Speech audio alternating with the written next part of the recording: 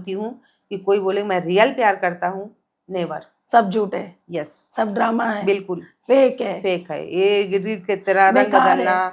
रोना, शॉपिंग कराना, मैं तुम्हारे लिए बाबू जान दे सोना दूंगा, बाबू सोना, उसके बाद फिर सीधा रोना धोना, वो सारी चीज आप देख एक चुके हो। दिखावा है।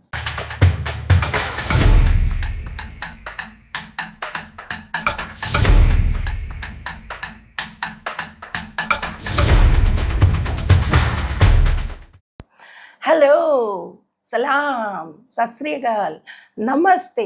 मैं हूं आपकी होस्ट अलीशा खान। आज हमारे बीच में बहुत ही ज़्यादा स्पेशल गेस्ट हैं। वो किसी की पहचान की मोहताज नहीं है, उन्हें सब जानते हैं। She is belong to Bhojpuri industry and Hindi industry. दोस्तों, ये बहुत ज़्यादा स्पेशल है, बहुत ज़्यादा नॉटी है और बहुत सारी आज होंगी चटपटी बातें। तो इनका नाम है अनु मौर्य। अनु मौर्य जी, हमारे दर्शकों को आप अपना इंट्रोड्यूस कराइए। नमस्कार, मैं हूँ एक्ट्रेस अनु मौर्य और आज मैं यहाँ पे इस पोस्ट कार्ड पे बैठी हूँ जो अलीशा जी के साथ में, तो बहुत सारे सवाल जवाब दोनों होंगे। तो गाइस, मैं यही चाहूँगी कि आप लोग दिल थाम के बैठिए कि यहाँ पे जो कुछ आज होगा जवाब और सवाल सब हर किसी के हित में होने वाली है। अनु जी, मेरा पहला सवाल आपसे है, क्या आप रेडी हैं? जी। मेरा पहला सवाल है कि आप सबसे पहले हिंदी इंडस्ट्री में ज्वाइन हुए थे या फिर भोजपुरी इंडस्ट्री से आपने अपना करियर स्टार्ट किया था? जी, मेरा पहला सवाल ये है कि मैं जब स्टार्ट की थी फिल्में, तो मेरे पहले सीरियल से स्टार्ट हुआ था, जो कलर्स का सीरियल था, मधुबाला। वहाँ से मेरी स्टार्टिंग हुई और मैं बैक टू बैक बहुत सारे सीरियल्स की और मूवीज़ मिलते गए, मूवीज़ भी मैंने किया। आप इंडस्ट्री में कितने सालों से हैं? मैं 2014 से हूँ। आपने अब तक कितनी फिल्में की हैं? मैंने 35 भोजपुरी फिल्में कर चुकी हूँ, 5 हिंदी फिल्में कर चुकी हूँ, बड़ी सीरीज कर ली हूँ सोनी लिव का, और अभी मैंने बोल्ड भी मैंने किया है, काफ़ी मतलब किया मैंने। अभी बेस्ट वापस मैं मूव किया है, बोल्ड से स्टॉप की हूँ और अभी वापस सीरियल में कर रही हूँ। और अभी आगे क्या क्या प्रोजेक्ट हैं आपके पास? अभी फ़िलहाल तो मेरे पास 2 डीडी का शो चल रहा है, अभी मैं लेटेस्ट कर रही हूँ 2 शो, और एक स्टार्ट होने वाला है ये अप्रैल से। अभी मेरे फ़िलहाल तो यही है और मैं अभी 11 को ही वापस आई हूँ, यूपी गई थी, वहाँ पे एक मूवी थी, मूवी करके आई हूँ। सबसे ज़्यादा मज़ा आपको भोजपुरी इंडस्ट्री में आता है या हिंदी में? सबसे ज़्यादा मुझे इंडस्ट्री में हिंदी में करने में ज़्यादा है। मेरा ख्वाब भी ये कहते हैं ना कि मेरी एक सपना जो हिंदी से जुड़ा हुआ है, और सीरियल मैं ज़्यादा पसंद करती हूँ और इसलिए मैं ज़्यादा ट्राई करती हूँ सीरियल के लिए। भोजपुरी में ऐसा क्या ट्रेंड है? जैसे कि मैंने सुना है कि भोजपुरी मतलब लोगों को बहुत ज़्यादा अट्रैक्ट करता है। मतलब जैसे कि मुझे भी भोजपुरी गाने बहुत अच्छे लगते हैं, म्यूज़िक अच्छा लगता है। तो हिंदी और भोजपुरी के म्यूज़िक से लेके और ट्रेंडिंग में क्या मतलब डिफ़रेंस है? एक्चुअल में देखो, या जो आज के जनरल है या जो चल रहा है, ये अभी भोजपुरी को लेके, ऐसा तो कोई डाउट नहीं है कि भोजपुरी इंडस्ट्री अच्छी नहीं है। सो वेरी ब्यूटीफुल, और मैंने काफ़ी फिल्में की, हर हीरो के साथ किरदार निभाया है, मुझे बहुत मज़ा आया। उनके जो गाने हैं, गाने को अगर किसी का मन ठुमका लगाने को ना कहे तो भी वो इंडस्ट्री में भोजपुरी में ज़रूर लगाएगा। मतलब आपने भी भोजपुरी गानों में बिल्कुल, एन्जॉय किया है, बहुत, ठुमके लगाए हैं? बहुत, ठुमके लगाने में और कितना मज़ा आया? बहुत मज़ा आया। बहुत एन्जॉय जी, करते हो। बहुत मज़ा तो आया। सोचो, जब आपको इतना अच्छा लगता है तो हम में आम पब्लिक को कितना अच्छा लगता बहुत, होगा। ऑडियंस को तो बहुत पसंद है भोजपुरी। वो चाहे हिंदी हो, मराठी हो, गुजराती हो, साउथ वाले हो, उनको भले समझ में नहीं आता हो, लेकिन वो भोजपुरी देखना पसंद करते हैं गाना। मुझे भी समझ ज़्यादा नहीं आता है, लेकिन फिर भी बहुत मज़ा आता है हाँ। सुनने में, बड़ा अच्छा लगता है, बड़ा आनंद आता है। अनु जी, हमें बताइए, हमारे दर्शकों को बताइए, आपकी स्टडी कहाँ से हुई है और आप कहाँ से बिलॉन्ग करते हो? मैं वैसे बेसिक मैं यूपी से हूँ, प्रयागराज से।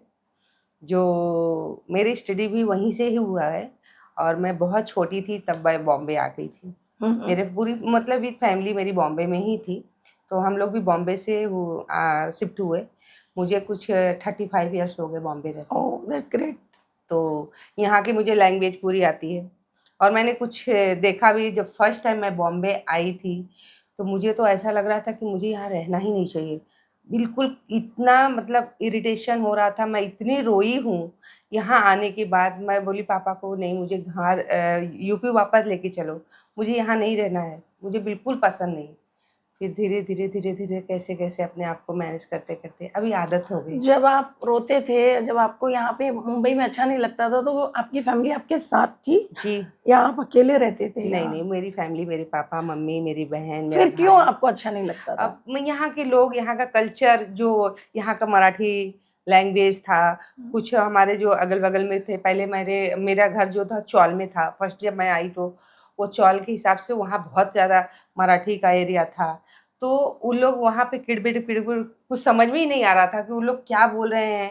अगर अपने को गाली भी देते तो वो भी नहीं समझ में आ रहा, वो अपने दिमाग मतलब के आपको बाहर। मराठी नहीं आती है? बिल्कुल नहीं आती थी, जब मैं फर्स्ट आई बॉम्बे। अभी तो तो आने लगी है, अभी मतलब बहुत। जैसा माहौल है वैसा आपने यस। अपने आप को ढाल लिया जी। है। अनु जी, अब आप बताइए हमें कि आपकी ज़िंदगी का वो पल जिसमें बहुत ज़्यादा स्ट्रगल था, बहुत ज़्यादा चुनौतीपूर्ण था, उसको आपने कैसे निभाया? और वो यादगार पल क्या था? मेरी लाइफ का यादगार पल कुछ अच्छा भी था और कुछ उतार-चढ़ाव बहुत ज़्यादा था। जैसे कि? जैसे कि मेरी शादी जल्दी हो गई थी, मेरी एज कुछ 15 इयर्स थे, क्योंकि मेरी फैमिली बहुत बड़ी थी और हमारे पापा एक टैक्सी ड्राइवर, यानी कि वो टैक्सी गांधीवली से चल के बॉम्बे सेंटर जाते थे चलाने के लिए। और मैं 6 मतलब 6 बहनें और एक छोटा, मेरे से छोटा भाई। तो मेरी सब बहनें मुझसे बड़ी। तो इसके हिसाब से उन्होंने यहीं पे ही लड़के को देखा और जल्दी-जल्दी में सबको मतलब इतना सा ज़्यादा उन्होंने एजुकेशन किसी को दिया नहीं, जिनको जितना लगा कि हाँ, पहले के टाइम में उन्होंने उतना दिया। और फिर जल्दी-जल्दी सबकी शादी हो गई। मेरी भी शादी हो गई 15 इयर्स आपकी में। शादी मुंबई में हुई? जी। अरेंज मैरिज या लव लव मैरिज? मैरिज नहीं, अरेंज मैरिज। Arrange marriage. जी। तो वो पल था मेरे लिए, मुझे कुछ तो आइडिया ही नहीं था कि शादी का मतलब क्या है। वो उम्र में ही नहीं थी और मैं बालिग भी नहीं हुई 15 थी, साल की कोई कोई उम्र उम्र नहीं नहीं, होती है। पढ़ाई भी इतना नहीं हुआ। फिर मेरे हस्बैंड मुझे सपोर्ट किए पढ़ाई में, आपके हस्बैंड बहुत अच्छे हैं। बहुत अच्छे। तो वहाँ से मेरी शुरुआत हुई। शादी के बाद मैं 1 साल के बाद माँ भी बन गई, अरे वाह! इत्तेफ़ाक से। 16 मतलब आपका 1 साल के बाद मतलब 17 में आपने बेबी को, राइट, एक बेबी को मैंने जन्म दिया। तो वो जब बेबी आया तो वो एक खुशी का पल जो आपको मुझे आज नहीं भी। समझा, वो खुशी का पल मेरे लिए था। मैं मैच्योर नहीं थी, मैं प्रिपेयर नहीं थी, लेकिन मेरे फैमिली को मतलब ऐसा उनको लगा कि नहीं अभी ये माँ बनने वाली है तो रहना चाहिए, करना चाहिए। तो मैं बिल्कुल प्रिपेयर नहीं थी, मुझे बिल्कुल समझ में नहीं आ रहा था। जैसे कि आप जब प्रेग्नेंट थे तो आपको एक अंदर से डर लगा हुआ डर था लगा कि रहता अब था। क्या होगा? जी, अब कैसे होगा? बहुत, बहुत कैसे, ज़्यादा। क्या करूँगी मैं? ऐसा लगता था आपको क्योंकि बहुत, आपकी एज बहुत कम थी। बहुत कम थी और तो मैं इतना डरती थी ना किस चीज़ से डरते थे? कि मतलब कैसे मैं अरेंज करूँगी और कैसे डिलीवरी होगा। मैं बच्चों को कैसे, मैं खुद को नहीं सँभाल पाती, मुझे साड़ी नहीं पहनने आता ढंग से। मैं सूट सलवार या नाइटी पे ही रहती थी। अगर मुझे कहीं जाना होता था या किसी पार्टी में जाना था, किसी घर पे जाना हो, तो मैं किसी न किसी को बोलती थी मुझे साड़ी पहना के दो। तो मैं कैसे प्रिपेयर हो सकती हूँ? और जब बेबी आया तो मतलब बहुत खुश हो गए आप? खुशी तो जिस टाइम मुझे पेन होने लगा तो उस टाइम तो मुझे बिल्कुल अच्छा नहीं लगा। मुझे ऐसा लग रहा था कि मैं जम यहाँ मुझे बचना नहीं, मैं बचूँगी नहीं। इतना मैं रोई हूँ और मेरे डिलीवरी तक मैं मतलब बिल्कुल खुश नहीं थी। डिलीवरी के बाद थोड़ा-सा मुझे अच्छा लगा। फिर मेरी सिस्टर आई मुझे सँभालने के लिए। उसने करीब 2 महीना मेरे साथ रही वो, तो मुझे अच्छा लगा क्योंकि मुझे केयर नहीं करना पड़ता था उस छोटी बेबी को। दोस्तों, अनु जी ने जैसे कि बताया कि उन्हें डर लग रहा था, उनको लिवर पेन हुए उस टाइम। मैं दोस्तों ये कहना चाहूँगी कि वो पल जो होता है, एक माँ के लिए सबसे ज़्यादा सौभाग्यशील होता है। और उस टाइम जब वो खुशी आ जाती है एक माँ की गोद में, तो उसका वो सब भूल जाती है। एम आई राइट? यस। और बताइए उसके बाद आपने बेबी की केयर कैसे की? फैमिली का कितना और फिर सपोर्ट मिला? फैमिली में एक्चुअल में हमारी पूरी मतलब ससुराल की जो फैमिली थी वो यूपी थे, और मेरे पापा मम्मी और भाई सिस्टर यहाँ पे थे। डिलीवरी के बाद उन लोग ने पूरा केयरिंग किया। मतलब मुझे पता ही नहीं चला कि मेरी बेटी कब 3 या 4 साल की हो गई। बहुत अच्छा लगा बाद में मुझे कि चलो, मुझे थैंक गॉड कि मेरे पापा मम्मी थे, मुझे केयर किए और मेरी बेबी का पूरा ख्याल रखा। आपके सो हस्बैंड तो बहुत खुश हो गए होंगे बेबी को पाके। बहुत ज़्यादा। तो यही तो होता है, एक सपोर्ट, एक साथ। ये तो बहुत। भाग्यशाली लोगों को मिलता है। जी। मुझे लगता है कि आप बहुत ज़्यादा भाग्यशाली हो। बिल्कुल। ज़िंदगी का वो पल बताइए हमें जिसमें आपको सबसे ज़्यादा दुखद और दुःख का सामना करना पड़ा हो? बहुत मेरी लाइफ की कहानी बहुत ही डिफरेंट और बहुत दर्दनाक भी है। अभी-अभी जैसे मैंने आपको इज़हार किया कि मेरी शादी जल्दी हो गई थी और मैं एक जल्दी से माँ भी बन गई, और बस कुछ पल मेरे साथ बहुत सारी खुशियाँ थी। कभी मैंने जितना मैंने चाहा नहीं था, सोचा नहीं था, उससे ज़्यादा मुझे मिला। लेकिन वो खुशियाँ मेरे कुछ पल के लिए था, कुछ क्षण के लिए आया मेरी लाइफ में। ऐसा और क्या फिर हुआ? जैसे कि मैंने एक बेटी को जन्म दिया और फिर वापस मैं 20 एज में एक बेटी को और जन्म दी। और जैसे ही एक 26 को अप्रैल 26 को मेरी बेटी होती है और 26 जून मेरे हस्बैंड की डेट होती है। ओह! तो वेरी, वेरी सैड।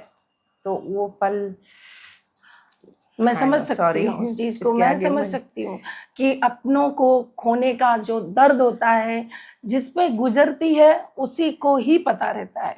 क्योंकि वो बहुत ज़्यादा आपके सपोर्टिव रहे, आपके करीब रहे, वो आपकी एक परछाई थे। बहुत ज़्यादा, आप मतलब मुझे कभी ऐसा नहीं लगा कि मेरे घर में मुझे किसी चीज़ के एक अगर नमक भी हो, तो भी मुझे नहीं पता था कि कौन से दुकान से लेके आते किराने के। और घर में तो ऑलरेडी सारी चीज़ें एडवांस में सारे स्टॉक में रहता था। लेकिन वो पल मेरे लिए बहुत, मतलब 2000 जो मेरे पल थे, वो बहुत काफ़ी खराब गया। बहुत ख़राब था। उसके मैं बाद से बहुत आपने डिप्रेशन, कैसे कैसे सँभाला अपने आप को अनु जी? जैसे कि मेरी बेटी मेरे हाथ में 2 महीने की थी, हस्बैंड के जाने के बाद। और मतलब मेरी एज उस टाइम 20 थी, जब ये एक दूसरी बेटी हो गई। मैं काफ़ी डिप्रेशन में हो गई, माइंड काम करना बंद हो गया क्योंकि मुझे समझ में नहीं आ रहा था कि मेरे साथ हुआ कैसे? और मुझे पहले तो यकीन नहीं हो रहा था कि कि ये क्या हो गया ये है मेरे अचानक साथ से ऐसा सडनली? ऐसे कैसे, मतलब कभी बीमार नहीं पड़े, कुछ नहीं, अचानक से। क्या हुआ था उनको? वो एक्चुअली हमारा जो है हस्बैंड का जो काम था वो चल रहा था गुजरात साइड। तो वो बारिश का टाइम था और मेरी सिस्टर को मेरे घर पे लाके रख के वो गए, वहाँ वर्कर का काम चल रहा था तो उनको देखने के लिए। तो कुछ काम फाइनल नहीं हो पाया था, तो उन्होंने डे नाइट उन्होंने काम किया और उनको उस टाइम में फ़ीवर आया। ओहो! फ़ीवर आने के बाद उन्होंने ड्रिंक भी किया। ड्रिंक करने के बाद उन्होंने दवाई भी, मेडिसिन भी खा ली। ओह! तो वो दोनों ना, मुझे लग रहा है कहीं न कहीं उनको रिएक्शन कर गया और उनको जॉन्डिस हो गया। तो वो जिस दिन आने वाले थे वो 3 या 4 दिन लगा दिए, वो आए नहीं। मुझे बड़ी चिंता हो रही थी, बोल के गए थे कि 2 या 3 दिन में मैं आ जाऊँगा, आए नहीं। फ़ोन उस टाइम फ़ोन भी नहीं होता था। यही पेजर वगैरह चलता था लोकल या एसटीडी। तो मैं ऐसे ही लेटी हुई थी, बेटी की थोड़ी तबीयत ख़राब थी, मैं डॉक्टर के पास जाके आके ऐसे ही लेटी हुई। बाद में उन्होंने कुछ, फ्राइडे का दिन था, 4 या 5 बजे वो शाम को रिटर्न आए। तो जो वो आए घर तक, उनको इतना फ़ीवर था और मुझे इतना बोले कि मुझे जॉन्डिस हो गया, पीलिया हो गया है। मैं बोली कैसे? किसने बताया? तो बोले कि डॉक्टर ने बोला है कि पीलिया हो गया है, आप घर पे जाओ, आराम इलाज कराओ। तो मुझे कुछ समझा नहीं। फिर मम्मी को मैंने बोला, मम्मी ऐसा-ऐसा है, उनको फ़ीवर बहुत ज़्यादा है और मैं क्या करूँ? और बोल रहे थे मुझे पीलिया भी हो गया। तो मम्मी ने बोला कि ये घरेलू नुस्खा, घरेलू गन्ना, नुस्खा होते हाँ, हैं। गन्ने का जूस है, पालक का सब्जी है, वो ये सब वगैरह, हाँ। कुछ झड़ाते-वड़ाते तो भी हैं झाड़ने पीलिया का, को। हाँ, वो सब मैंने सैटरडे को मैंने किया। वो झाड़ने वाला वो संडे को था। तो मैंने बोल के रखा था कि इनको झाड़ना है, तो वो भिगा उगा के रख दिया था। और मैं मेडिसिन भी लेके आई, तो उनको फीवर थोड़ा सा कम हुआ। और वो झाड़ने के बाद संडे को मॉर्निंग में वो झाड़ के आए, फिर वो बाहर बैठ के वो गन्ने का गन्ना खाया। जैसे घर में आए वापस बोले मुझे फीवर चढ़ रहा है। फिर मुझे कुछ ठीक नहीं लग रहा। फिर वो बेड पे लेट गए सीधा। बेड पे लेटने के बाद उन्होंने जो ऐसा ब्लैंकेट लिया सर पे, फिर उन्होंने ओपन किया ही नहीं मुँह। बोले मुझे ठीक नहीं लगा। फिर मैं रोने लगी। फिर पापा को मैं बोली पापा ऐसे-ऐसे है और फीवर बहुत ज़्यादा है। मेरी चाची आई, सब मतलब जितने थे सब लोग आए, उनको बुला रहे हैं वो, लेकिन वो कुछ वो कर नहीं रहे हैं, रिएक्शन कुछ नहीं दिया। फिर उनको उठा के तुरंत हॉस्पिटल लेके गए लोग। तो हॉस्पिटल जाते-जाते किसी ने मतलब पापा को बोला था कि उसका इलाज एलिफिस्टन में एक कस्तूरबा करके हॉस्पिटल, एल्फिस्टन हाँ, हाँ, एक जगह है। हाँ, वो हॉस्पिटल सिर्फ़ उसी के लिए है, जॉन्डिस के लिए। वहाँ लेके टैक्सी करके जाते-जाते बांद्रा वो बेहोश हो गए। फिर वहाँ पहुँचते 4-5 बज गया, तो पुलिस केस हुआ। फिर वो इलाज करते-करते 7-8 बज गया। तब तक वो बेहोशी हालत में थे। फिर डॉक्टर ने उनको बोला, पापा को बोला कि उनके सर से अगर बुखार उतर जाएगा फीवर, तो गारंटी है, नहीं तो नहीं। क्योंकि काफ़ी ज़्यादा उनको पीलिया भी पेट में उतर चुका है और फीवर ज़्यादा है। तो फिर सैटरडे संडे को उन्होंने एडमिट किया। फिर वो घर पे आए, मैं रोने लगी, मुझे भी जाना है। पापा ने समझाया मुझे और कहा कि संडे को तुम चले जाना, बेटी को लेके, छोटी को, बड़ी वाली यहाँ रहेगी। तो मैं जैसे-तैसे मॉर्निंग में जल्दी से उठ गई और टिफ़िन रेडी किया। मुझे लगा कि 2 दिन से कुछ खाए नहीं हैं, और पराठा और सब्ज़ी लेके मैं बना के, और उस टाइम बहुत बारिश हो रही थी, जून का महीना था। और पापा को मैंने बोला कि पापा मुझे चलना है हॉस्पिटल, तो बोले ठीक है तुम रेडी हो जाओ। और उन लोग सबको पता था कि सुबह मॉर्निंग 8 बजे उनकी डेथ हो गई, पर मुझे मतलब आपसे छुपाया गया। जी। तो पापा मुझे ये बोलने लगे कि क्या जाओगी, बहुत बारिश हो रही है, छोटी बच्ची हाथ में है। फिर भी मैंने ज़िद किया कि नहीं मुझे जाना है, मैं उनके पास जाना चाहती हूँ। तो जस्ट मेरे बगल में नेबर था, तो नेबर मुझे कभी ऐसे आवाज़ नहीं देता था, लेकिन उसने बोला कि अनीता तुम रेडी जल्दी हो जाओ और चलना है हॉस्पिटल, तो मैं जा रहा हूँ, लेके चलता हूँ साथ में। तो बोली ठीक है। मैं लिए रेडी हुई और बच्ची को लिया, टिफ़िन लिया, और वहाँ से मैं गई, यहाँ से प्लेटफ़ॉर्म में ये अपना स्टेशन से ट्रेन लिया, वहाँ गई। तो करीब 11-12 बज गया था मुझे पहुँचते-पहुँचते। फिर सब सारे लोग आए हुए थे, मुझे समझा नहीं। पापा मेरे हाथ से बेटी को ले लिए और बिठा दिया, बोले अब बैठो पानी पियो पहले। तो मैं रोए जा रही हूँ, पापा को मैंने ये बोला कि कहाँ पे हैं? मुझे देखना है एक बार। और मेरा देवर था, वो मुझे देखा तो साइड चला गया। तो बोले कि अभी तो डॉक्टर आया है इलाज करने के लिए, तो थोड़ा टाइम जाएगा, थोड़ा-सा रिलैक्स हो जाओ, बच्ची को दूध पिला दो, फिर जाएँगे। मुझे तभी भी नहीं समझा थोड़ा भी। तो मैं बोली ठीक है। मैं बैठी काफ़ी टाइम, 1 बज 11 बज गया, 12 बज गया, ऐसे-ऐसे टाइम काफ़ी निकल गया। तभी भी फिर मुझे एक बार ऐसा लगा कि मैं खुद जाऊँगी। फिर मैं बच्ची को गोद में दे दिया पापा के, और मैं खुद हॉस्पिटल का चक्कर पूरा लगा के आई। तो सारे वार्ड में सब पेशेंट थे, बस वो नहीं दिखे मुझे। मैं बोली कहाँ, कितना टाइम से इलाज चल रहा है और दिख नहीं रहे पापा, कहाँ पे हैं? तो बोले अंदर लेके गए हैं जहाँ पे आप नहीं जा सकते। उन्होंने उस टाइम पे वो मुझसे बाहर ना किए। जब 4 या 5 बजा तो सारे पेपर रेडी हो गए जाने के लिए। तब वो दूसरे एम्बुलेंस में उनको शिफ्ट किया। मुझे ये बोले कि नायर में अभी शिफ्ट कर रहे हैं, जो उनको मशीन चाहिए वो मशीन यहाँ पे नहीं है। वेंटिलेटर मशीन आई जी। थिंक। तो नहीं, वेंटिलेटर नहीं, दूसरा कुछ था उनका। तो वहाँ शिफ्ट करें, वहाँ पे आराम से आप रहना। मुझे टैक्सी में बिठा के, और बाकी मेरे धीरे-धीरे सारे जितने लोग थे हमारे रिश्तेदार, वो सब आने लगे। तो तभी भी मुझे नहीं समझा। तो मुझे लगा कि ज़्यादा तबीयत ख़राब, इसलिए पापा ने फ़ोन किया होगा, सब लोग आ चुके होंगे। फिर मैं वहाँ से नायर हॉस्पिटल ले आई, तो देख रही हूँ तो हमारी सिस्टर आ चुकी थी, और जीजा जी आए हुए हैं, और भी हमारे नेबर जो थे उनके दोस्त सब आए हुए। तो मैं रोने लगी, तो सिस्टर मेरी चुप कराई, और उनको जैसे पोस्टमार्टम के लिए लेके जाना था, तो वो मुझे लास्ट में उन्होंने सिर्फ ऐसे एम्बुलेंस खोला डोर और मुझे सिर्फ उनका फेस दिखाया, उसके बाद वापस उन्होंने पैक करके अंदर ले गए। बस उतना ही मैं, और वो मेरे दिमाग से बाहर चला गया। मतलब मैं डिप्रेशन पूरा चली गई, मैं वहीं बेहोश हो गई गिर के। हाथ में बच्ची थी, दूसरा कोई संभाला, फिर उन लोग ने जल्दी से मुझे उठाया, टैक्सी में डाला, फिर घर लेके आया। इधर मम्मी का रोना चालू, सब मतलब सब गेस्ट आ चुके रहे, मेहमान आए हुए, सब रोना धोना। और मुझे तो मतलब मुझे ऐसा आँख जब जब भी मुझे आँख खुलती थी तो मुझे लग रहा था मेरे साथ ऐसा नहीं हो सकता, लाइफ में मेरे साथ ऐसा कैसे हो सकता है। फिर जैसे तैसे पापा 4-5 दिन बीता, फिर उन लोग ने संभाला, फिर काम क्रिया के लिए गाँव में सब सारे मतलब मैं ससुराल वाले गाँव में थे तो वहाँ लेके गए। आज मैं बैठी हूँ, दूसरे दिन सेकंड डे पापा गए, फिर वहाँ पे जैसे ही काम बीता फिर सास आने के लिए बोली नहीं नहीं अभी नहीं जा सकते, 1 साल तक, 1 साल हमारे यहाँ नहीं जाते हैं ऐसे में। हाँ। पापा बोले कि उसकी मम्मी ने यही बोला है कि उसको लेके आना है, छोड़ना नहीं है। मतलब आपको? हाँ, तो उस टाइम मेरे पापा मम्मी मेरे लिए मतलब बहुत सपोर्टिव थे। बोले तो सबको ऐसा मम्मी पापा मिले मुझे, मैं तो ये बोलती हूँ। तो पापा उधर से घर गए, ससुराल वाले विदाई नहीं कर रहे थे, फिर मेरी सिस्टर एक गाँव में थी तो उनको लेके गए। वो गई तो बस उनको एक ही बोली कि इससे बड़ा उसके पास दुःख के पहाड़ क्या टूटेगा। इतना बड़ा हादसा हुआ है और आप बोल रही हो 1 साल में उसके दोनों छोटे-छोटे बच्चे हैं, वो खुद को नहीं सँभाल पा रही है, तो वो कैसे सँभालेगी? उस चीज़ की ज़रूरत पड़े तो किसको बोलने जाएगी वो? और बोली आपकी एज क्या थी उस टाइम तभी ये मैं हादसा हुआ तो? 20 20 की एज में इतना बड़ा हादसा? इतना बड़ा हादसा। और आपके ससुराल वालों ने आपको सपोर्ट किया? नहीं, उस टाइम मेरी सास ने ये बोला कि अभी 1 साल तक नहीं जाना है।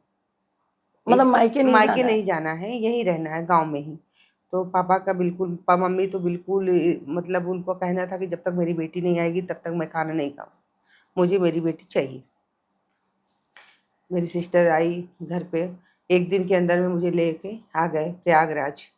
फिर वहाँ से उन्होंने टिकट करा के सीधा बॉम्बे ले आए। फिर मेरे मेरे से जो 4 मतलब 3 देवर थे ना, और उन लोग ने काफ़ी फ़ोर्स किया कि मतलब मैं आ शादी, जाओ। मतलब इधर आ जाओ, मैं सँभालूँगा, मैं शादी करना चाहता हूँ। मतलब तो आपके देवर ने जी, बोला कि हाँ, आप उनसे तो मतलब शादी हाँ, कर लो? पापा को भी बोला, मम्मी को भी बोला और भी लोगों से बोला कि उनको बोलो कि यहाँ पे हम लोग सँभालेंगे।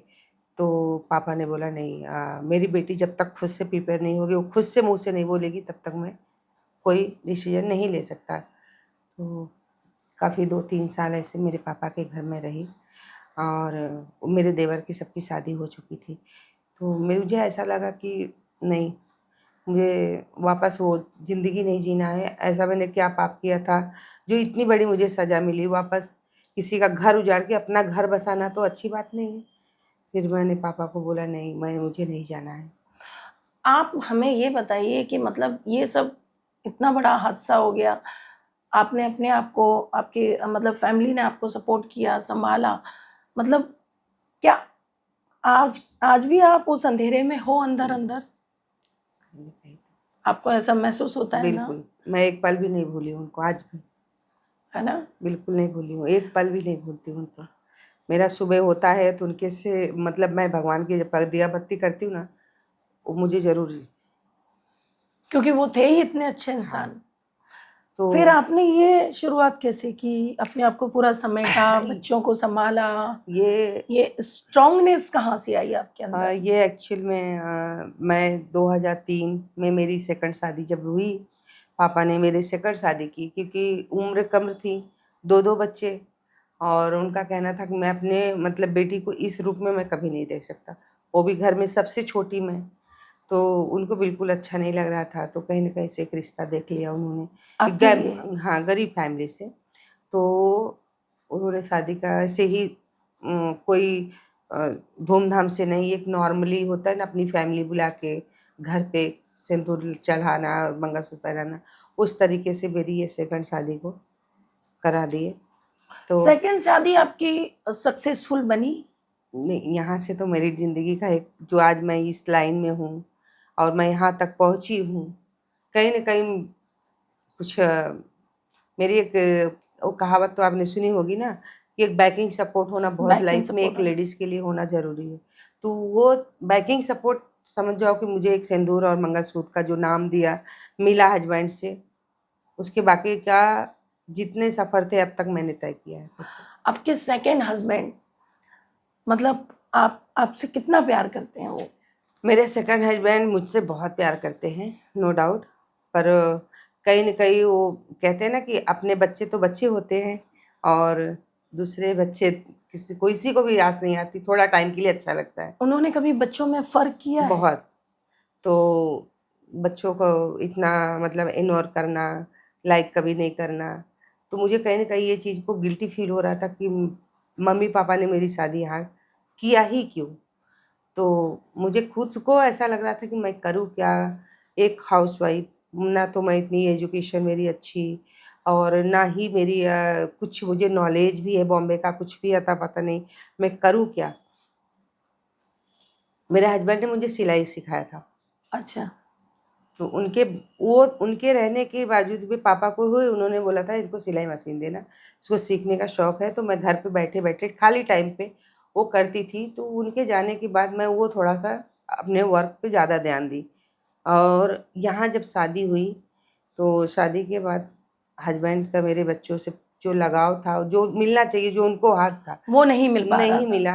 कहीं न कहीं ये मुझे बहुत खटक रहा था, आज भी मतलब खटकता है आपको चीज़। अच्छा नहीं लगता था। जी। और भी मैंने बच्चे उनको एक ही चीज़ माँगा था, मैं सारी ज़िंदगी तुम्हारी गुलामी करने की तैयार हूँ, लेकिन मेरे बच्चों को वो हक दो, जिसके लिए वो तरस गए।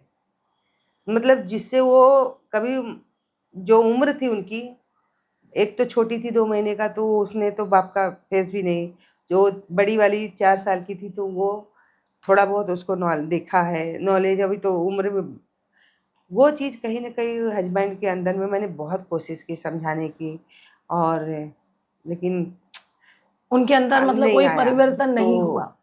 मैंने खुद को डिसीज़न लिया और खुद से पैर पे खड़ा होना सीखा। फिर मैं सिलाई करती थी, तो मैं एक शॉप था, उस शॉप पे मैं जाती थी उसके यहाँ सिलाई करने के लिए। तो सब काम करके बच्चों को खिला-पिला के दोपहर को 2-3 बजे जाना, फिर वहाँ से 5 बजे थोड़ा बहुत काम करके आना। फिर धीरे-धीरे ऐसे कपड़े आने लगे, मैंने सिलना स्टार्ट किया, तो थोड़ा-सा मुझे अच्छा लगा कि 2 पैसे अपने पास आ रहे हैं। बच्चों को मैं हर जो इतना सारा तो मैं नहीं कर सकती, पर इतना तो ज़रूर करूँगी इनके लिए। आपने अपनी एक ज़िम्मेदारी बच्चों के जी। प्रति निभाई। फिर वहाँ से मैंने अपनी लाइफ़ को मैंने चेंज किया। मैं बोली अब मैं नहीं बैठूँगी, मुझे कुछ तो कुछ करना मतलब है। आपने ठान लिया कि अब ठान मुझे लिया, हाँ अपने जी। बच्चों के लिए जीना है और अपने बच्चों के जी, लिए जी। कुछ करना है। तो एक 2013 की बात है, मैं एक ऐसा बंदा मुझे मराठी मिला, जो अभी यहीं पे है, यहीं रहता है अगल-बगल में कहीं महाड़ा में ही। तो वो एक्टर मराठी, शिवा जाधव, वो मेरी लाइफ़ में वो एक मसीहा बन के आया और मुझे आते-जाते वो काफ़ी टाइम वो कभी-कभी मैं अपनी शॉप पे जाती थी, तो मुझे देखता था वहाँ पे और उसको ऐसा कहीं न कहीं अंदर से फ़ील हुआ या भगवान जाने मेरी उम्र कम थी, मेरी खूबसूरती पे वो मुझे वॉच करने लगा और मुझसे बात करने की कोशिश करने लगा कि मुझे आपसे बात करनी है, आपकी ऐसी क्या मजबूरी है जो मतलब आप ऐसा एक अच्छे घर की दिखती हो, पर मुझे ऐसा लग रहा है कहीं न कहीं आपकी कोई मजबूरी है जो आपको यहाँ पे लाया है। तो काफ़ी टाइम उसने एक सवाल-जवाब किया। एक बीच हमारे ने उससे हस्बैंड उस टाइम पे गाँव गए थे और मैं इतनी डरी हुई थी कि मैं बात तो करूँ, किस तरीके से करूँ? कोई देख लेगा तो कल हस्बैंड को बोलेगा तो गलत वो समझेंगे हाँ, लोग। तो उसने एक गाड़ी लेके आया और अपने घर पे गया। इतना ही उससे पूछा कि मजबूरी ऐसा क्या था? और आप मतलब आपको वहाँ शोभा नहीं देता है, आप जो काम करती हो अच्छा नहीं लगता है और आप कुछ और कर सकती हो। मुझे रोना आया बहुत ज़्यादा और मेरे रोते हुए देख के वो सामने से वो भी रोने लगी। रोने लगा क्योंकि उसने भी अपनी लाइफ़ की स्ट्रगल जो थी ना, उसको ऐसा लगा कि कुछ कभी-कभी मिसमैच हो जाता है। मैं इतनी डरी हुई थी, उसने मुझे बहुत समझाया और बहुत ही मतलब मुझे इतना उसने मुझे सपोर्ट किया और मेरी पढ़ाई से लेके और यहाँ तक का जो भी सफ़र रहा मेरा, सब सपोर्ट सारी सपोर्ट उसकी थी। लेकिन उससे उसे मुझसे बहुत ज़्यादा प्यार हुआ था और फर्स्ट मेरी जो सीरियल था मेरे गाँव मेरा देश, उसमें डायरेक्टर त्रिपाठी और मनीषा बंगलो में शूट कर रहे थे। उस टाइम पे मैं उनके साथ फर्स्ट टाइम एक सेट पे गई हुई थी, ग्रीन कलर की साड़ी पहनी हुई थी। उन्होंने इंट्रो कराया कि ये फ्रेशर है, उनको काम की ज़रूरत है और अभी तक उन्होंने कुछ भी काम नहीं किया हुआ है। मतलब इंडस्ट्री में वो लाए आपको। हाँ, तो मुझे एक अजीब-सा मतलब नर्वस बहुत ज़्यादा थी मैं और मैंने जब फर्स्ट टाइम वो मनीषा बंगलो पहुँचा तो 1 बज रहा था, वहाँ पे ब्रेक हुआ था और इतने सारे यूनिट देख के फेस पे कैमरा, लाइट और सारे अगल-बगल में खड़े एक बोलते हैं ना न्यू आर्टिस्ट कोई आती है तो उनको देखने के लिए कैसे तब की बात। तो कितने लोगों को ऐसा लग रहा था कि नहीं यार देखते हैं क्या बोलती है। तो डायरेक्टर सर ने मुझसे बोला कि सिर्फ़ अपना इंट्रो दे दो। वो भी मैं नहीं दे पा रही थी इंट्रो क्योंकि मैंने कभी लाइफ में फेस कैमरा किया ही नहीं था।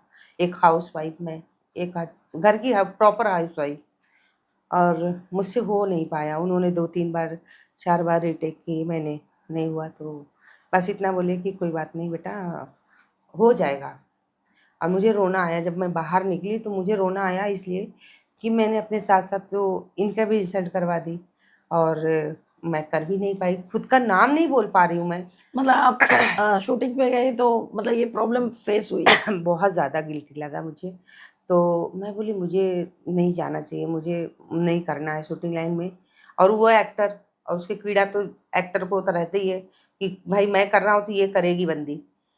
तो वो सारी चीज़ें चल रही थी और फिर मैं वहाँ से आई रोते हुए गाड़ी में बैठी, उसने एक ही बार मुझे एक ही चीज़ बोला कि लाइफ में अगर आगे बढ़ना है, अगर आपको आगे चलना है और अपने पैर पे खड़ा रहना है, तो किसी चीज़ की शर्मिंदगी मत करना। बहुत ऐसी सीढ़ी आएँगी, चढ़ेगा, उतरेगा और बैक पीछे मत देखना, हमेशा आगे चढ़ना। तो तुम्हारी लाइफ में ना कुछ नहीं बहुत कुछ बदल जाएगा। और वो जब भी कहीं अगर आस-पास में जैसे कांदीवली हुआ, अपने गोरेगाँव में फ्यूचर में हुआ, फ़िल्म सिटी हुआ, वो शूट करता था तो मैं उसके सेट पे सिर्फ़ जाती थी देखने के लिए कि लोग फेस कैमरा कैसे करते सीखने हैं। के लिए जाते हाँ, थे कैसे आप। करते हैं और क्या डायलॉग बोलते हैं, कब क्या मोमेंट है। तो वो मैं देखने से मेरे दिमाग में बाहर मतलब बैठती नहीं थी। तो मैंने उसको बोला कि ऑडिशन कहाँ होती है? तो उसने बोला ऑडिशन देते-देते हो जाएगा तुम्हारा। मैं बोली ऑडिशन क्या है? कैसा होता है ऑडिशन? फेस कैमरा क्या है? मुझे तो वो भी नहीं ब तो वो आराम नगर पहले बहुत ज़्यादा ऑडिशन होती थी। हाँ, आराम तो नगर में बहुत जी, ज़्यादा चलती। हाँ। स्टार्टिंग मेरा आराम नगर से ऑडिशन से चला और रोज़ का ऑटो से जाना-आना उस टाइम की बात है ₹500 चला जाता था। 500 जाना मेरे लिए मतलब बहुत बड़ी बहुत बात बड़ी थी। बात है, पैसे की क्योंकि बहुत ज़्यादा मैं वैल्यू थी हाँ, उसमें। मेरे पास मेरे पॉकेट खर्चे भी नहीं होते थे। वो कभी मेरे साथ 1000-500 रुपए वो मेरे हाथ में रखता था खर्चे के लिए, तो वो मैं सब क्योंकि उस टाइम मैं सिलाई भी करना बंद कर दी थी ये चक्कर में। तो मैं वो रखती थी, तो मैं सोचती थी कि यार ऑटो भाड़ा ही मैं रोज़ जाती हूँ और रोज़ आना होता है, तो मेरा तो ऑटो भाड़ा ही इतना चला जाता है। अब मैं शर्मा के बोलती नहीं थी उसे। वो पूछता भी था पैसा है? मैं हाँ, ना का जवाब हाँ, ठीक है, है। तो मुझे थोड़ा-सा अच्छा नहीं लग रहा था कि सामने से कंटिन्यू उससे माँगना भी ये अच्छी बात नहीं है। तो मेरे पास एक स्कूटी पड़ी हुई थी, तो मैं बोली उनको कि मेरे को ये स्कूटी सिखा दोगे क्या? तो बोला हाँ, सीख जाओगी। मैं बोली मुझे तो उसको पकड़ना भी नहीं आता। मेरा कहना था, मुझे तो उसे पकड़ना भी नहीं आता, मैं तो कभी चलाई नहीं हूँ। बोले कि तुम वो महाड़ा में था और मैं गोरेगाँव ईस्ट में गोकुल धाम में थी। बोला गाड़ी शाम को खाना-वाना बना के तुम बेटी के साथ लेके आना। तो वो मेरी बेटी स्कूटी चलाती थी। मैंने कभी चलाई हूँ। वो मुझे लेके जाती थी वहाँ पे 10 दिन वो कंटिन्यू मुझे राउंड में एक दिन मैं गिर भी गई, मुझे चोट भी लगी बहुत तेज़ से और लेकिन मैं सीख लिया स्कूटी। सीख लिए आखिर आप। हाँ, उसने मुझे जो हौसला दिया कि तुम सीख जाओगी और मैं सीख ली, प्रॉपर सीख ली। तो फिर वो स्कूटी में आना-जाना ₹100 का भी डाला तो मेरा रोज़ का।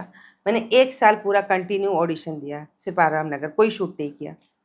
और मैं उसको ये भी बताना मतलब जब मैं जाने लगी मुझे थोड़ा-सा रास्ता नहीं पता था। उन्होंने मुझे रास्ता दिखाया कि कैसे जाया जाता है, कैसे आओगी। वो सारे रास्ते मैंने देख लिए और वो स्कूटी से उसी रास्ते से जाती थी और आना भी उसी से होता था। और वो शूट पे जाता था तभी भी मैं नहीं बताती थी कि मैं जा रही हूँ ऑडिशन पे। और क्या करती थी, जैसे ही वहाँ पे लाइन लगी हुई है और बहुत सारे आर्टिस्ट हैं और सबको स्क्रिप्ट मिला है, मुझे भी मिला है, पर मुझे ये भी नहीं पता है कि मैं पढूँ कैसे उसे? मुझे इंग्लिश भी नहीं आती है। मेरी लाइफ में बहुत स्ट्रगल तो रहा है। बहुत ज़्यादा। तो मैं बोली कि ठीक है, लाइन लगाएँ, मैं भी लगा लेती हूँ। और जैसे आते थे ना, कोई-कोई जगह इंट्रो ही सिर्फ़ लेते थे और मुझे वो भी नहीं देने आ रहा है। वो भी मुझे देने नहीं आता था, तो मैं बोली करूँ क्या? तो जैसे आता था नंबर, बस धीरे से मैं निकल लेती थी वहाँ, पर जाती ज़रूर थी, इसलिए कि फेस कैमरा कैसे करते हैं लोग और मतलब आपको कैमरा जो करना था, हाँ, करना आपने था। ठान लिया था। उसमें ना एक मालिया करके था उस टाइम पे, वो मुझे बराबर वॉच किया। वो बोला कि जब भी आप इधर कंटिन्यू आती हो, कभी मैंने आपको ऑडिशन देते देखा नहीं, क्यों नहीं देते हो?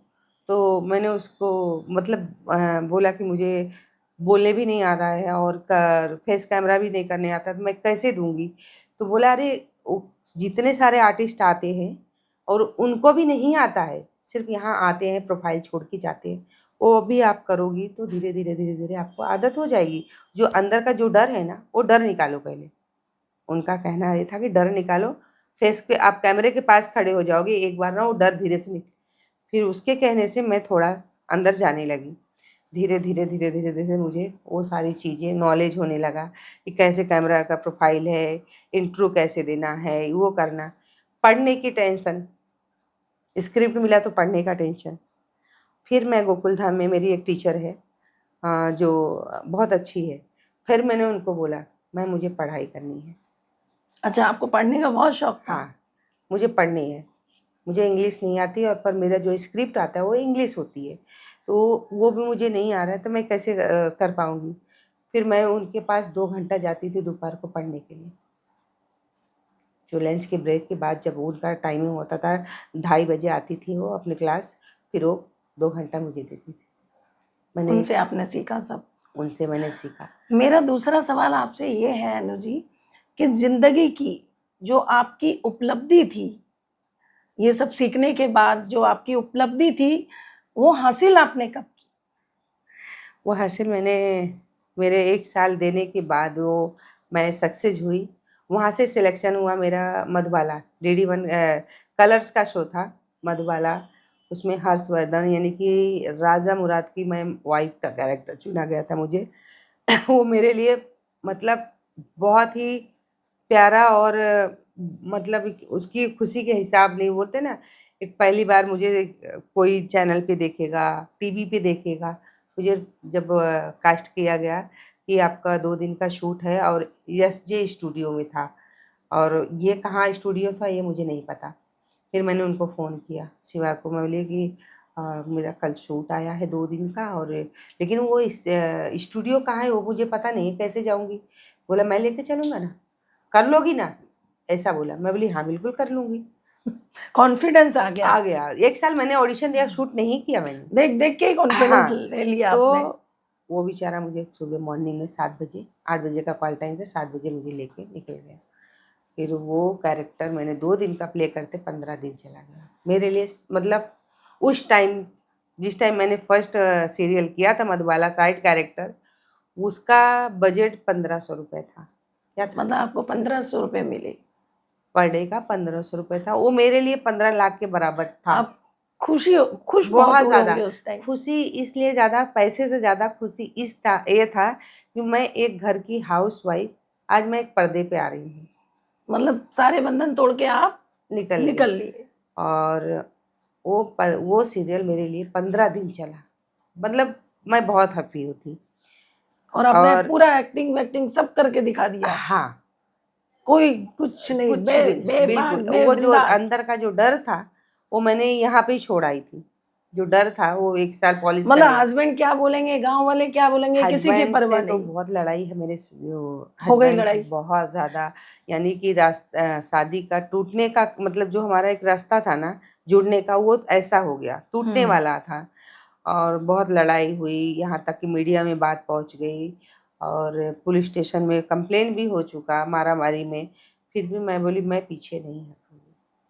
मतलब आपने फाइनल डिसीजन ये था आपका। मैं बोली अब मुझे पीछे कोई नहीं हटा सकता, मैं करूँगी तो करूँगी। एक्टिंग करना है, काम करना हाँ है, हार्ड वर्किंग करना है, जी। बच्चों को पालना है तो फिर करना है। मधुबाला किया तो सावधान मिला, सावधान से फिर मैंने नीली छतरी किया, फिर वहाँ सर्विस वाली बहू, मुझे कंटिन्यूटी कैरेक्टर सर्विस वाली बहू में मिल गया। फिर वहाँ से निकली तो चिड़ियाघर मैंने किया, मतलब कैमो जो होता है ना, वन डे टू डे आने लगा, तो मैं बोली नहीं मुझे करना है, अब मैं बैठूंगी नहीं, मुझे करना ही करना है। फिर वो मैंने जो वन डे टू डे था वो भी मैंने पकड़ लिया, जो तो वो तो किया ही किया, one day to day continue करने लगी। फिर क्राइम पेट्रोल, सावधान इंडिया, ये फलाना है वो है, इतने सारे सीरियल तो मैंने किया। भोजपुरी में फिर और आपको कैसे आना हुआ? भोजपुरी में मैं ज़्यादा टाइम नहीं ली भोजपुरी के लिए, मैं ऐसे ही एक फर्स्ट मेरा जो मूवी था भोजपुरी का, मैं राजपीपला में शूट करी थी, उसका नाम मुझे याद नहीं आ रहा, अच्छा ही नाम था उसका। कल्लू जी के साथ में मैं उसकी माँ का कैरेक्टर की थी, तब मैं बहुत पतली थी। जो है मुझे, मेरे घर के बगल में एक होटल था, होटल का मालिक क्लासिक वाला, उन्होंने ही फाइनेंस किया था, तो बोले कि इनको एक कैरेक्टर देना है, तो डिसीजन लिया, वो ही हस्बैंड बने बने, और मैं उनकी वाइफ, और कल्लू हीरोइन थी, और निशा जी हीरोइन थी और कल्लू हीरो था।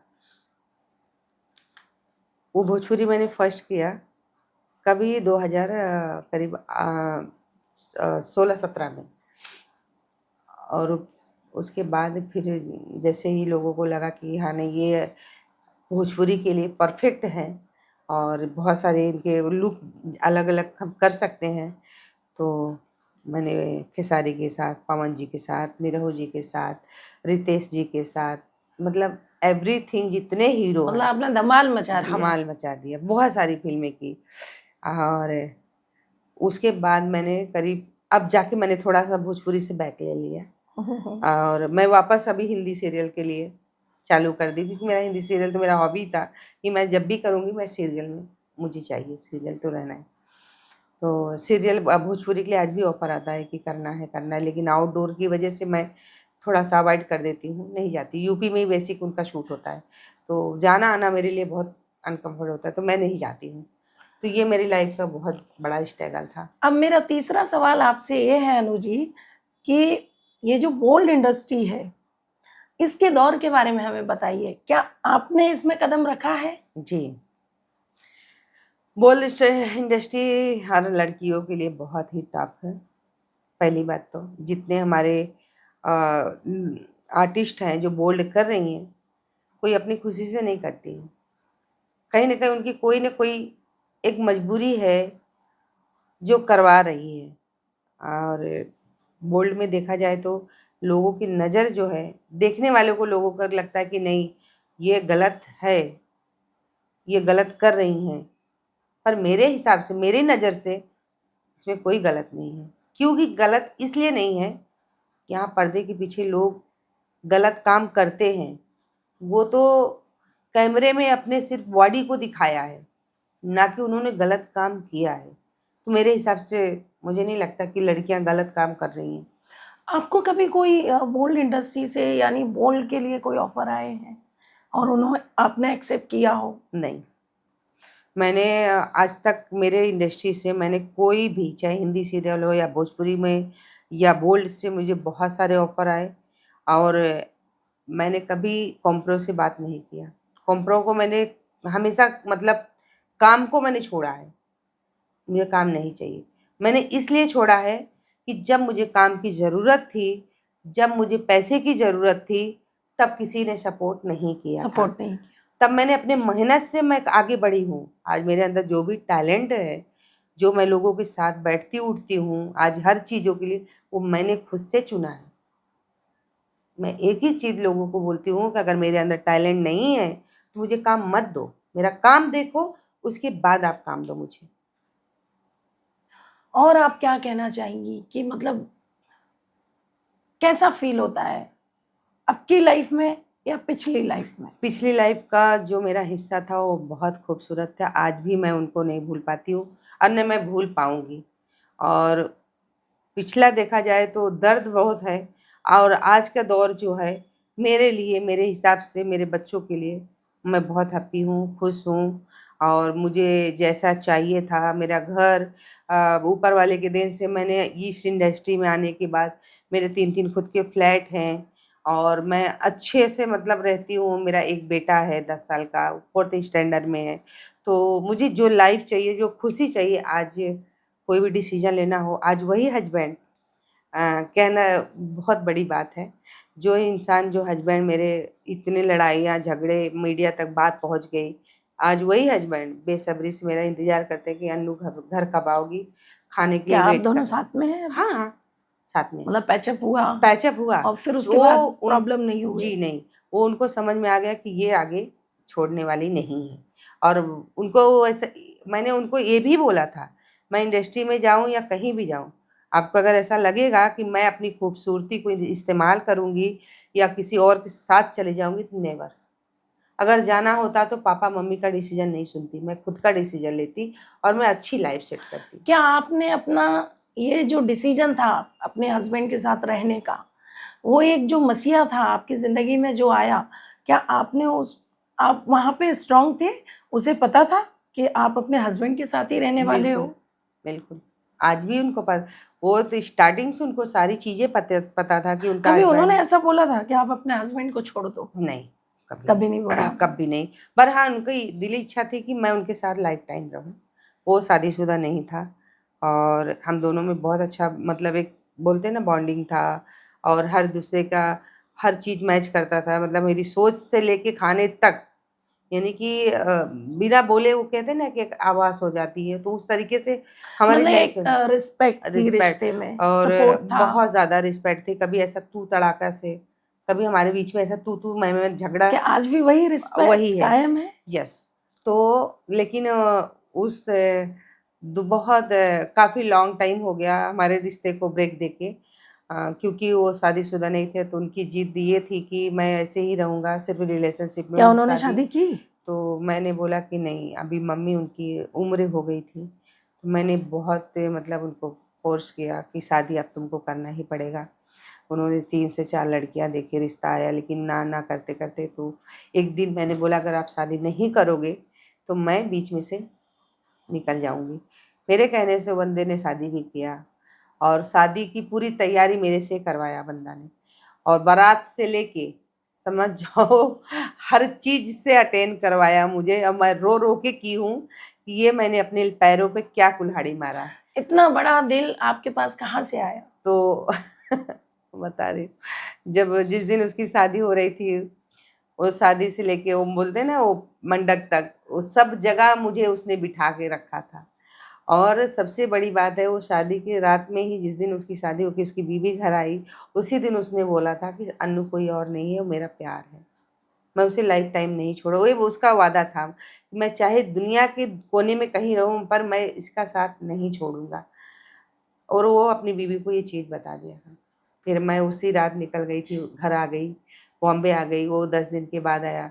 फिर पूरी तैयारी मुझसे यहाँ आया तो सब उसके सब तैयारी की और दोपहर का मतलब बीवी आने के बाद भी लंच हम साथ में करते थे, कहीं जाना-वाना ना होता था, उनकी वाइफ को सब कुछ पता था। पता था। 2 क्या बीएच वो का आपको पसंद करती थी? नहीं, वो आपको पसंद ही बिल्कुल, करती थी, बिल्कुल। लेकिन आपने सिर्फ़ तो उनका हस्बैंड की वज़ह से वो चेहरे पे जो एक स्माइल होती है ना, वो बोलते हैं ना वो दर्द सिर्फ़ एक औरत ही औरत का जान सकती है। अगर दिल से वो दूसरी जो औरत होगी वही जान सकती है कि उसके दिल में दर्द हो रहा है या नहीं। ये मैं अपनी खुशी के लिए कर रही हूँ, पर उसके दिल में क्या गुज़र रहा है वही जानती है। तो क्या जब आपने उसे कभी समझाने की कोशिश की अकेले में, नहीं, एक दोस्त बन के नहीं, कि नहीं ये अब आपके हैं? नहीं, नहीं, ये मैंने उनको कभी कोशिश नहीं किया, पर मुझे कहीं न कहीं ये गिल्टी फ़ील हो रहा था कि मुझे इनकी लाइफ़ से जाना चाहिए। क्योंकि मैं जब भी उन्होंने दोपहर का लंच होता था तो मुझे मेरे बिना नहीं खाते थे और उसके बाद वहाँ से कहीं जाना होता था तो गाड़ी स्टार्ट करके हम दोनों निकलते थे और 3rd फ्लोर से मुझे विंडो से देखते थे? देखती थी। तो मुझे अजीब-सा फ़ील हो रहा था, मतलब गंदा वाला वाइब कि ये मैं एक औरत होके एक औरत के साथ क्या कर रही हूँ। ठीक है, वो पास्ट था मेरा, जब वो मेरी लाइफ़ में वो नहीं थी तब वो मेरा था। आज उसका भी हक है, अगर मैं यहाँ पे ही बैठी रहूँगी तो इसके लिए टाइम कब देगा? ये मेरा तो डिसीज़न था। आपने तो बैकआउट मार लिया? तो सुनो तो वो भी नहीं डार्लिंग, ऐसा बहुत मेरे लिए वो टफ था टाइम और लड़ाई भी करना मेरे लिए बहुत मुश्किल था, क्योंकि कभी हमने गाली-गलौज से बात नहीं की। एक रिस्पेक्ट वाली जो होती है ना, वो बातें हो रही थी हमेशा। लेकिन मुझे उससे दूर इसलिए जाना था क्योंकि अगर मैं नहीं जाती तो शायद उसका घर नहीं बसता। तो मेरी एक फ्रेंड थी, बस ऐसे ही एक नॉर्मली बात था, वो फ़ोन किया कि कहाँ हो, जो है खाने पे नहीं आ रही क्या? तो मैंने फ़ोन क्या किया, वो मेरी फ्रेंड को दे दी और मैंने उसको बोला, बोल दो कि वो नहीं, सो गई है, वो नहीं जाएगी। तो वो घर पे बच्चों को फ़ोन किया, मम्मी कहाँ है? तो वो बोली फ्रेंड के घर पे। वो गाड़ी लेके आया, तो गाड़ी लेके आया, बोला क्यों खाने पे नहीं आए? मैं बोली ऐसे ही तबीयत ठीक नहीं लग रहा था। तबीयत ठीक नहीं लग रहा है या कुछ और बहाना है? उसने इतना एक वर्ड निकाला और मैंने उसी को वर्ड को रिपीट कर दिया, जो एक गाली का था, और उतनी ही हमारी उससे बस इतनी बात हुई थी, और वो जो उसने बोला वही मैंने रिपीट किया और उसी को मैंने इतना बड़ा राई का पहाड़ बना लिया। मतलब आपने तय कर लिया तय था कर कि लिया इन था। दोनों को जी, खुश जी। रहना ज़रूरी है। जी, तो फिर मैं वहाँ से वो जो झगड़े का जड़ हुआ बहुत बड़ा, मैं हालाँकि बहुत बार मनाने की कोशिश किया, फिर लेकिन मेरा मेरा ऐसा था कि अगर मैं एक बार वापस मूव करूँगी तो कहीं न कहीं ये इसको ऐसा लग रहा है कि मुझे आना चाहिए, पर मुझे ऐसा लग रहा था कि मैं जाऊँगी तभी अपनी लाइफ़ में सेट होगा। तो आज वो लोग हैप्पी हैं? हैप्पी थे और काफ़ी टाइम से उन्होंने बॉम्बे भी छोड़ दिया मेरी वजह से। मतलब आपने मेरे जाने के पूरी बाद तरह से ही घर हाँ, बसा दिया। मेरे जाने के बाद उसने मतलब वाइफ़ भी सिंगर थी, तो बॉम्बे भी उसने छोड़ दिया। मम्मी को अपनी वाइफ़ को लेके वो गाँव शिफ्ट हो गया। काफ़ी साल उसने गाँव में रहा, करीब 7-8 साल उसने गाँव में रहा। कभी-काल वो फ़ोन मुझे करता था, अब नहीं लेकिन करते? मैं फ़ोन उठाना मतलब पसंद नहीं करती थी। मुझे भी कहीं न एक क्या फ़ीलिंग उन्हें पता है कि आपने उनकी खुशी के लिए मतलब हाँ, ये सब किया है? जी। उसको मतलब बाद में उनको पता चला कि मैं ये सारी चीज़ें जो की थी, ये कहीं न कहीं उसका घर जो बसना था मतलब बसाने का, ये मैंने मतलब उनको एहसास हो गया था इस चीज़ का। लेकिन वो कहते हैं ना कि सच्चा प्यार कभी नहीं मिटता है, वो हालत है। तो 7-8 साल होने के बाद वो कोरोना का टाइम था, वो यूपी में मतलब अपने गाँव में थे। उस टाइम उनकी मम्मी का एक्सपायर हो गई। और एक्सपायर हो गई तो बेबी से और इनका बहुत झगड़ा भी हो गया। फिर सुनने में आया कि दोनों अलग हो गए। फिर 8 साल के बाद बंदा मुझे फ़ोन करता है। नंबर ढूँढ लिया नंबर आपका? था ही, नंबर तो अच्छा, हमारा अच्छा। पुराना ही था, एक ही। रोना मम्मी चली गई। मैं बोली कैसे क्या हुआ ये वो सब, मुझे बॉम्बे आना है ये। मैं बोली आओ बॉम्बे। फिर आया, सारा चीज़ बताया फिर कैसे-कैसे। मिले? लेकिन अलीशा जी उन्होंने बहुत कोशिश की कि मैं उनकी लाइफ़ में वापस आऊँ। 8 साल मेरी लाइफ़ का कुछ होता है। 8 साल बोले तो लाइफ में बहुत डिफरेंट हो जाती है ना। मैंने भी बहुत रोया, अपने दिल पे पत्थर रख लिया, नहीं मुझे प्यार ही नहीं करना है अभी किसी से। मुझे सिर्फ़ और सिर्फ़ काम करना है। मुझे जिस जिस जो लक्ष्य मेरा है वो मुझे पूरा करना है। क्या ये आपकी लाइफ़ का पहला प्यार था? हाँ, मेरी लाइफ़ का पहला प्यार था। मेरे शादी के दोनों मतलब ये दोनों शादी के बाद जो मुझे एक अच्छी वाली वाइब्स और फीलिंग और एक अपनापन लगा, उससे मुझे मिला। तो मेरा मेरा दुःख-सुख और मुझे ऐसा लग रहा था कि उसके साथ रह के मुझे बड़ा एक सुकून होता है ना, सुकून सुकून हाँ, मिलता था। सुकून मिल रहा था। तो लेकिन वो 8 साल के बाद उसने सारे अपनी लाइफ़ को ड्रॉप करके वापस ये बम्बई जब आया, तो बहुत कोशिश किया कि मैं उसकी लाइफ़ में वापस आऊँ और बहुत रोया, गिड़गिड़ाया। लेकिन बोलते हैं ना कि एक बार दिल पे अगर पत्थर रख दिया तो वापस उसको मोम बनाना बड़े मुश्किल होता है। देखिए अनु जी, ये बहुत बड़ी बात है और ऐसे रिश्तों को मैं रिस्पेक्ट करती हूँ। हुँ, हमारा समाज भी रिस्पेक्ट करता है ऐसे रिश्तों को, क्योंकि यहाँ पे जो भी था ट्रूली था। यहाँ तो लोग मैंने देखा है रिश्तों में 4 दिन होते हैं, छोड़ के भाग जाते हैं। नहीं, अरे भाई तुम 8 साल नहीं मिले हो, 8 घंटे में लोग ब्रेकअप मार लेते हैं। नहीं। तो ये तो बहुत बड़ी बात आज थी। भी देखो वो बॉम्बे आने के बाद थोड़ा टाइम वो हमारे घर के बगल में रहा और काफ़ी बार मुझे बोला मिलना है, मैं अवॉइड करती रही। फिर मैं शूट पे गई तो वो मढ़ में आया, मुझसे मिला, मिलने आया, क्या डिसीज़न लिया? मैं बोली कोई डिसीज़न नहीं, आप मेरे एक अच्छे दोस्त रहोगे हमेशा। हमेशा तुम्हारे दुःख-सुख में मैं खड़ी रहूँगी। लेकिन वो जो प्यार वाली फीलिंग है वो नहीं रहेगा। कि मुझसे कोई गलती हो गई, मुझसे कोई लाइफ़ में और आ गया, मैं बोली बिल्कुल लाइफ़ में अगर कोई आएगा पहले मैं आपको बताऊँगी। मेरी लाइफ में कोई और आएगा तो मैं आपको बताऊंगी, लेकिन आपके जाने के बाद मैं बड़ी मुश्किल से संभली हूँ और मैं ये सारी चीज़ें वापस नहीं मूव करना चाहती हूँ। मेरे बस की बात नहीं है, वापस नहीं आना चाहती उस लाइफ में। फिर यहाँ से निकला, मीरा रोड गया, मीरा रोड से भी फ़ोन पे फ़ोन, अभी वापस यहीं आ गए रहने के लिए, उन्नत नगर में ही है। अभी भी ढूंढते हैं अभी आपको? आई हूँ, अभी 10 पौन किया हुआ है। हाउ स्वीट, बहुत ज्यादा। और पर मैं अवॉइड इसलिए करती हूँ कि जितना कम मिलूँ और जितना दूर रहूँगी उतना मेरे लिए भी अच्छा रहेगा, उसके लिए भी। एक टाइम उसका तबीयत भी बहुत ख़राब हुआ अभी लेटेस्ट। फिर घर पे आया, खाना वाना खाया, खाना वाना खा के फिर गया। और मुझे खुद को अच्छा नहीं लगता है कि मतलब किसी का दिल दुखा हो। मैंने उनको ये भी बोला कि कोई लाइफ में कोई अच्छी सी लड़की हो, देख के शादी कर लो। तो वो मुझे एक ही चीज़ बोलते, तुम देख लो अपने हिसाब से। तो उनकी जो वाइफ थी उनसे डिवोर्स हो गया? नहीं, डिवोर्स नहीं हुआ, लेकिन वो मतलब आईएएस बनने की तैयारी में पूरा मतलब उनका इसका कहना यह है कि मेरी मम्मी का जो मरने का कारण था ये थी, क्योंकि वो जब कोरोना टाइम था वो अपने मायके गई हुई थी। मायके जाने के बाद शायद उनके पापा मम्मी को हुआ था, तो इसको आना नहीं चाहिए था, तभी उस टाइम बहुत चला। और इनकी मम्मी की भी एज हो गई थी, ये आई तो मम्मी को उनके हो गया। तो उसका मरना मतलब मम्मी का मरना अपनी वाइफ को समझता है कि इसने मारा इस मुझे। वजह से अलग हो गए इस दोनों? वजह से झगड़ा होके अलग हो गए दोनों। क्या बहुत। उनके कोई बच्चे हैं इस वक्त? नहीं, बच्चे नहीं। अब वो क्या कह रहा है, मुझे शादी नहीं करनी, मैं ऐसे ही रहना चाहता हूँ। मतलब वो भी आपके जैसी? हाँ, उसको बोल रहा है कि जैसे तुम अपनी यादों में जीना चाहती हो वैसे ही मैं भी रहना चाहता हूँ, मुझे भी शादी नहीं करना, कोई इंटरेस्ट नहीं है। और आप क्या कहना चाहेंगी, मतलब अभी जैसे कि आप जो हो रहा है जिंदगी में और जो गुजर चुका है, तो कैसे आप दोनों को बैलेंस करते हो? जैसे कि जो हो रहा है अभी, ये मेरे लिए एक अभी तो मुझे कोई फ़र्क नहीं पड़ता मेरे बारे में लोग क्या बोलते हैं, क्या मतलब आज के दौर में आप ज्यादा स्ट्रांग हो? यस, बहुत ज़्यादा। अब तो मुझे ऐसा लग रहा है मेरे सामने कोई अगर जान भी अपना देते रहेगा कि अगर मैं तुमसे बहुत प्यार करता हूँ, आई नो कि बहुत सारे ऐसे ऑफ़र भी आते हैं मेरे पास, अभी भी आते हैं कि मैं तुम्हारे लिए जो जो आप बोलोगी मैं वो करने के लिए तैयार हूँ, मेरी लाइफ़ में का एक हिस्सा बन जाओ। इन कितने सॉरी, प्रतिशत लोग आपके साथ फ्लर्ट करने की कोशिश बहुत करते हैं, हमारे दर्शकों को अनलिमिट बताओ। अनलिमिट। मैं इंडस्ट्री में जब से पैर रखी हूँ क्या अ, आपका मन हुआ है कभी किसी के साथ नहीं, फ्लर्ट करने का? नहीं। मुझे मुझे इसलिए नहीं मेरा मन हुआ, मैं आपको उसका रीज़न बताती हूँ। इसलिए मन नहीं हुआ कि मैंने इंडस्ट्री को बहुत गंदा वाला तरीके से देखा है। जितनी साफ-सुथरी कहा जाता है, उतनी ही गंदी तरीके से लोग ट्रीट करते हैं।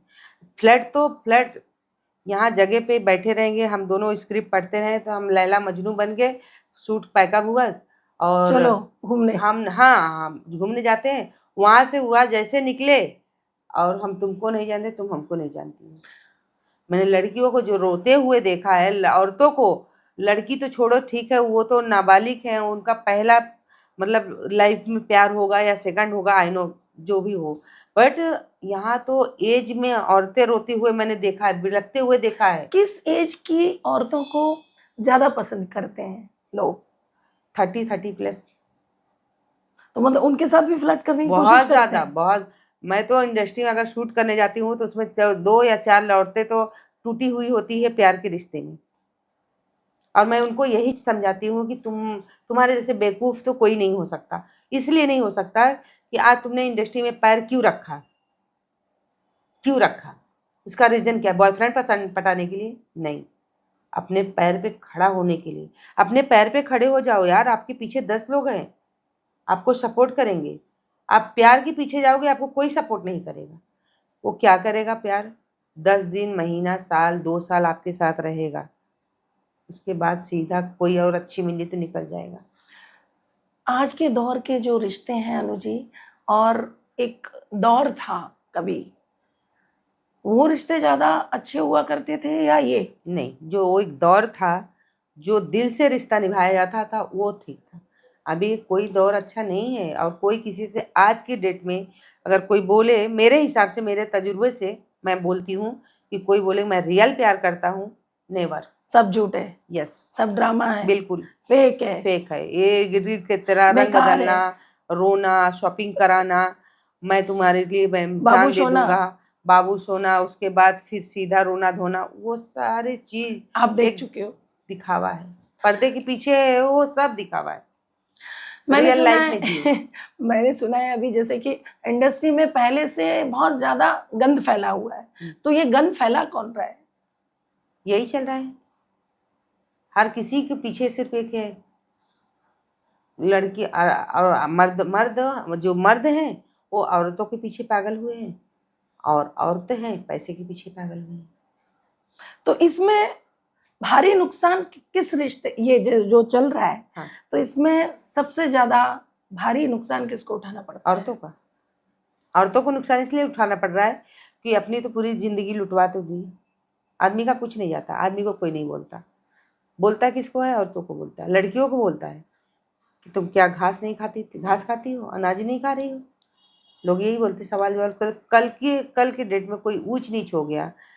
आज के डेट में अलीशा जी, अगर माँ बाप बच्चों को एक थप्पड़ मार दिया या ऊंची आवाज में उनको समझाने की कोशिश करते हैं तो उनको बुरा लगता है। उनको ये बुरा लगता है कि ये होते कौन है मुझे समझाने वाला। वो महीनों महीनों दिन तक बात नहीं करते, और वही बॉयफ्रेंड इतने गंदे तरीके से उन्होंने वही हिंसा करते हैं, इतने गंदे तरीके से ट्रीट करते हैं, गाली से, मार खाना, मारना, वो सब सहती हैं लड़कियां। क्या आपको लगता है हमारी जैसी औरतें सहेंगी? बिल्कुल नहीं। मैं तो बोलती हूँ, मैं तो कभी जिंदगी में ना सहूँ। मैं अपनी तजुर्बा बता रहा हूँ, मैं कभी ना सहूँ। मैं क्यों सहूँ? क्यों सहूँ? तुमसे मैं कम हूँ? तुम्हारी खाती हूँ? नहीं, मुझे ऐसा प्यार तो चाहिए। फिर वो लड़कियां क्यों सहती हैं? लड़की, वही तो चीजें है ना, लड़के वो पहले लड़के उनको ऐसा क्या दे रहे हैं कि जिससे वो पूरा एक आज के डेट में बता रही हूँ लड़कियां को क्या चाहिए। बाहर से लड़कियां आती हैं, माँ बाप को ये बोल के जाती हैं कि मैं जॉब के लिए जाती हूँ, यहाँ आके स्ट्रगल कर रही है। जॉब देखो आज के डेट में 10,000, 15,000, 20,000 का जॉब मिलता है, उतने से कुछ नहीं कुछ नहीं होता। होता। लड़कियां यहाँ खाने के, कपड़े के, पर्स है, जूते हैं, मेकअप है। हर चीज चाहिए। ठीक है, उनके पास ऑप्शन क्या है? कुछ भी वर्क नहीं है, कोई वर्क नहीं है। यही ऑप्शन है। आपने मिला, आप मिल गई, आपने एक रास्ता दिखाया कि आप ऐसा करो ऐसा करो, आपने वहां मिलाया, ये जरा इनको देख लेना, ये फ्रेशर है और कुछ अगर होगा इसके लाइफ, बेचारी को स्ट्रगल कर रही है। सामने वाला क्या बोलेगा? ठीक है मैं करता हूँ, और ऐसे बस में वहीं से चालू हो गया। मतलब यूज हो जाती हैं वो। यूज हो गई कि हाँ चलो खाना भरपेट खिला दिया, लड़की को अच्छा लगा, तुम्हारे कुछ कपड़े दिला दिए वो भी अच्छा लगा, दो गाड़ी चार में पेट्रोल हजार, भी भरवा हाँ दिया। वो भी अच्छा लगा, 2-4 हजार रुपए हाथ में रख दिए वो भी। वो लड़कियां क्या होती है, उसमें ही ढलने लगती है कि अब ये मेरी लाइफ का सबसे अच्छा जिंदगी बन बंदा है। जाएगी, दुनिया बन जाएगी, बहुत बढ़िया, इसमें खुश हो जाती हैं 6 वो। महीना साल भर यूज करेगा, निकाल मत। तब तक वो दूसरी लड़की 10 लोगों को पटाएगी। क्यों पटाएगी? क्योंकि उसको उससे प्यार नहीं था रियल, पैसा। पैसे से प्यार था, उसकी उसकी जरूरत से प्यार था। उसकी जरूरत हो गई पूरी, उसको पता है कि इसका जेब खाली हो चुका है, मुझे और चाहिए, उससे फ्लर्ट करना छोड़ चालू हो जाता है। मैं लड़कियों की बात कर रही हूँ, मैं भी एक औरत हूँ, लड़की मैं भी थी। आज की जो जर्नल चल रही है, जो ये लड़कियां कर रही हैं लोगों के साथ में, ये हकीकत है। उनकी एक से पेट नहीं भरता, उनको ऐसा लगता है नहीं नहीं मुझे आज इसके पास टाइम बट एक साथ। कई लोगों के तो घर भी टूट जाते होंगे इस सब में, दूसरी जाहिर सी बात, लड़कियों की वजह से, जाहिर सी बात, क्योंकि उनके पति उनके पीछे चले जाते बिल्कुल होंगे। बिल्कुल। 50-90 समझ लो कि इंडस्ट्री की बात कर रही हूँ अलीशा जी। आज के डेट में 90% और आदमी अपने घर से बेघर हो चुका है। तो लेकिन उस आदमी को क्यों नहीं समझ में आता कि ये मेरे बीवी बच्चे हैं, ये मेरा घर है, ये मेरे समझ माँ में बाप आता है? है, समझ में कब आता है? जब वो भिखारी बन जाते हैं तब, जब उनके पास कोई चीज नहीं होता, ऑप्शन नहीं होता, तब उनको समझ में आता है, रियलाइज होता है यार मैंने बहुत बड़ी गलती की। बहुत आदमी को मुंह से लेकिन सुना तब है तक तो मैंने। बहुत देर हो चुकी देर हो होगी, जाती, कुछ नहीं। तो वो बीवी उसको एक्सेप्ट करेगी? क्या करेगी? एक बोलते हैं ना, एक कोने में कुत्ते को पालना बराबर होता है। वो उस नजर से फिर और उसकी उसको ट्रीट करती है कि तू कुत्ता है, एक कोने में पड़ा रहा, तुझे 2 वक्त की मैं रोटी दे रही हूँ, बाकी तेरे लिए मेरी लाइफ में कुछ भी नहीं है। इस नजर क्यों? क्योंकि तूने जब मुझे जरूरत थी तू बाहर मुंह मारा, मुझे रुलाया ना। आज तो तू बर्बाद हो चुका है, लूट गया है तू। अभी यार तेरी जरूरत को मैं कैसे पूरा करूँ? वो औरत भी इतना रो के आगे निकलती है ना, अपने दिल को पत्थर कर लेती है कि अभी तेरी ज़रूरत नहीं है मुझे, मैं अपने पैर पे खड़ी हो चुकी हूँ। मैंने कई ऐसे रिश्ते भी देखे हैं अनु जी कि एक ही छत के नीचे रहते हैं लोग, ठीक है, कोई रिश्ता नहीं है। उस वाइफ को भी पता रहता है कि मेरा पति 10 के साथ मुंह मार रहा है, 10 पे खर्चे कर रहा है, 10 के साथ सो रहा है, फिर भी ऐसे रिश्ते भी हैं, वो साथ में रहते हैं। इसमें आप क्या कहना चाहेंगे? ये उसको बोलते हैं ना, वो रिश्ता कुछ होती है हमारी मजबूरी जो हमारे बच्चों में जुड़ जाती है। कुछ हमारे रिश्ते ऐसे होते हैं कि हमें ना चाह के भी उसको निभाना पड़ता है। इसलिए निभाना पड़ता है कि समाज है, माँ-बाप के दिए हुए वचन हैं और हमारी ज़िम्मेदारियाँ हैं। क चलो ठीक है, जो भी हो। कल कोई उठ के तो बोलेगा तो नहीं ना कि पति को छोड़ के 4 आदमी के साथ में घूम रही है। ये उनकी मजबूरी होती है। लेकिन वाइफ भी तो मुंह मार सकती है ना इधर-उधर, वो क्यों नहीं मारती? वो उसको मालूम है ना कि मेरा आदमी इतना बड़ा कुत्ता है, तो बाहर वाले कुत्ते नहीं हैं। बाहर वाले शरीफ आदमी हैं। हमारा आदमी 10 के पास घुमा के आता है, तो मैं बाहर वाले के ऊपर आपको विश्वास होगा? कदापि नहीं क्योंकि होगा। सारा एक्सपीरियंस ले लिया, देख लिया जिस औरत ने, वो अपना कदम फूँक-फूँक के रखेगी, अपने बच्चों के लिए कभी नहीं जिएगी। रखेगी, कभी वो कर ही नहीं सकती ना, क्योंकि अब मैं घर से जल के आई हूँ, मैं बाहर कैसे कर सकती हूँ? मेरे अंदर तो वो फीलिंग ही नहीं आएगा ना कि सब मर्द एक जैसे होते हैं। लेकिन इसमें बहुत सारी चीज़ों का है ना अनुजी भुगतान करना पड़ता है अपने आप में। एक जैसे कि एक संपारिक एक संपूर्ण परिवार है, ठीक है? वो अच्छे से जी रहे हैं, सडनली वो उसका पति गलत रास्ते पे चला जाता है। वो देख रही है उस चीज़ को कि हाँ, ये कर रहा है, कर रहा है, कर रहा है। लेकिन एक तो कोई कहीं ठहराव होना चाहिए, जो कि मैंने आज तक देखा ही नहीं वो ठहराव, मर्दों के अंदर। मर्दों के अंदर ठहराव होता ही नहीं है। हमारी इंडस्ट्री में कितने परसेंट पता है आपको डिवोर्स हो रहे हैं एवरी डे? एवरीडे क्यों डिवोर्स हो रहे हैं? उसका रीज़न क्या है? यही अफेयर, किस्से, नाजायज रिश्ते। जिस दिन आदमी समझने लगेगा कि नहीं, मैं अपने काम से सिर्फ मतलब रखूँगा, मेरी भी फैमिली है, फैमिली को देखते हुए अगर वो आगे 10 लोगों के साथ मुँह मारे तो वो एक बात समझ में आती है कि चलो ये मुझे मेरे अपने घर में अपनी फैमिली को कोई चीज़ की कमी नहीं कर रहा है। और वो बाहर क्या कर रहा है उससे मुझे कोई, बहुत सारी मैंने औरतों के मुँह से सुना है कि मुझे कोई सी चीज़ की कमी नहीं है। वो 10 से मुँह मारे या 10 लोगों के साथ जो भी करे, मेरे घर में मुझे कोई कमी नहीं है। तो उनको ऐसा लगता है कि मैं खुश हूँ, लेकिन वो अंदर से खुश नहीं होती है। उनको भी कहीं न तो कहीं फिर दर्द हमारी होता है। उनकी खुद की सेल्फ रिस्पेक्ट कहाँ चली जाती है उस टाइम? वो खुद भी तो कमा सकती हैं, क्या ज़रूरत है फिर उससे कुछ लेने की? आदत हो जाती है ना हाउसवाइफ़ बनने की। सेल्फ रिस्पेक्ट आपको लगता है कि वो एक स्ट्रांगली होना चाहिए बिल्कुल हम होनी चाहिए, औरतों में? बिल्कुल होनी चाहिए। क्या वो लाइफ अच्छी लगती है कि हमें एक छोटे से शैम्पू या एक साबुन या लिपस्टिक के लिए हमें ये बोलना पड़े, अजी एक हमें दिला दीजिए, हाँ, या वो अच्छा है हम गए मार्केट, लो महंगे से उसमें घुस के अपनी शॉपिंग खुद करके आए। एग्ज़ैक्टली आपने अलीशा जी अच्छी बात कही है कि सेल्फ रिस्पेक्ट होना बहुत ज़रूरी है।